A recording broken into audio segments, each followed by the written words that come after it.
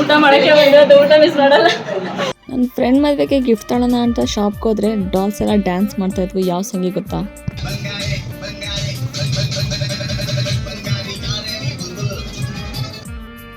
ಆ ಶಾಪಲ್ಲಿ ಯಾವುದೇ ಗಿಫ್ಟ್ ಇಷ್ಟ ಆಗಲಿಲ್ಲ, ನೆಕ್ಸ್ಟ್ ಶಾಪಲ್ಲಿ ತಗೊಂಡೆ. ಮದುವೆ ಇದ್ದಿದ್ದು ಚಂದ್ರಪಟ್ಟಣದಲ್ಲಿ, ಸೊ ಬೆಳಿಗ್ಗೆ ಅಷ್ಟೊತ್ತಿಗೆ ಹೋಗಿದ್ವಿ. ಬಸ್ಸಲ್ಲಿ ಸ್ಟ್ರೇಂಜರ್ಸ್ ಯಾರೋ ಲಾಸಿಂಗ್ ಹೇರ್ ಸ್ಟೈಲ್ ಮಾಡಿದ್ರು, ಚೆನ್ನಾಗಿ ಮಾಡ್ಕೊಟ್ರು.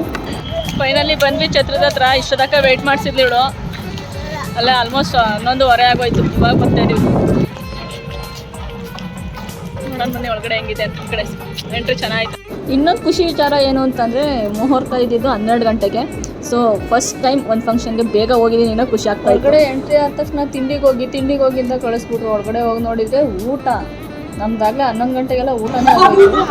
ಮ್ಯಾರೇಜ್ ಇಸ್ ಕೇರ್ಡ್ ಅನ್ನೋರಿಗೆ ನನ್ನ ಕಡೆಯಿಂದ ಒಂದು ಸಜೆಷನ್ನು. ಲೈಫಲ್ಲಿ ಒಳ್ಳೆ ಪಾರ್ಟ್ನರ್ ಸಿಕ್ಕಿದ್ರೆ marriage is A beautiful journey ಅಂತಲೇ ಹೇಳ್ಬೋದು. ಆ ವಿಷಯದಲ್ಲಿ ನಾನು ತುಂಬ ಲಕ್ಕಿ.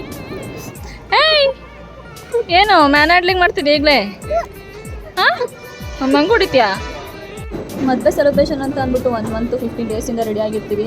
ಆದರೆ ಆ ಸೆಲೆಬ್ರೇಷನ್ ಎಲ್ಲ ಏನಲ್ಲಿ ಮುಗ್ದೋಗುತ್ತೆ. ಬ್ರೈಡ್ನೆಲ್ಲ ಮಾತಾಡಿಸ್ಕೊಂಡು ನಾವು ಹೊರಟಿದ್ದ ಊಟ ಮಾತ್ರ ಸಕ್ಕತ್ತಾಗಿತ್ತು. ಊಟ ಎಲ್ಲ ಮಾಡಿಕೊಂಡು ಫೋಟೋಸ್ ವೀಡಿಯೋಸ್ ಎಲ್ಲ ಮಾಡಿಕೊಂಡು ಅಪರೂಪಕ್ಕೆ ಸಿಕ್ಕಿದ್ದಾಳೆ ನನ್ನ ಫ್ರೆಂಡು ಅಂತ ಅಂದ್ಬಿಟ್ಟು ವೀಡಿಯೋಸ್ ಮಾಡೋ ಬರ್ದಲ್ಲಿ ಮುಹೂರ್ತ ಮಾಡೋದೇ ಮರ್ತೋಗಿತ್ತು. ಆಮೇಲೆ ಹೋಗ್ಬಿಟ್ಟು ಮತ್ತೆ ಮುಹೂರ್ತ ಮಾಡಿದ್ವಿ. ಫುಲ್ ರಶ್ ಇತ್ತು. ಹಂಗೆ ಸದ್ಯ ಲುಸ್ಕೊಂಡು ಹೋಗ್ಬಿಟ್ಟು ಮುಹೂರ್ತ ಮಾಡಿಕೊಂಡು ಅಲ್ಲಿಂದ ಹೊರಟಿ. ಬಾಯ್.